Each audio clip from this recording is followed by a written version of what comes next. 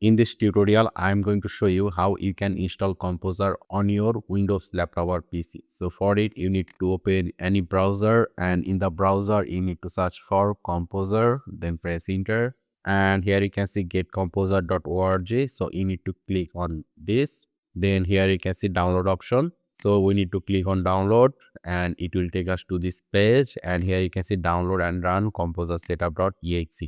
So we need to click on this and it will download a exe file over here. You can see composer setup.exe. So we just need to double click on this downloaded exe file. And once you double click, it will show you this install for all user recommended. So you need to click here. Then here you can see developer mode. Do not check this. Otherwise you will face some issue if you want to uninstall composer. So don't check this. Then just directly click here next. And you need to make sure that it has choose this path. The path needs to be exactly like this, xampp/php/php.exe.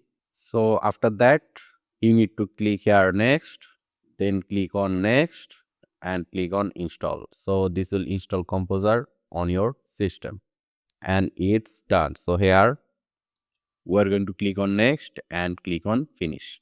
So right now, in order to check whether Composer is properly installed or not, we need to go to our search option. We are going to write over here CMD. Here you can see command prompt.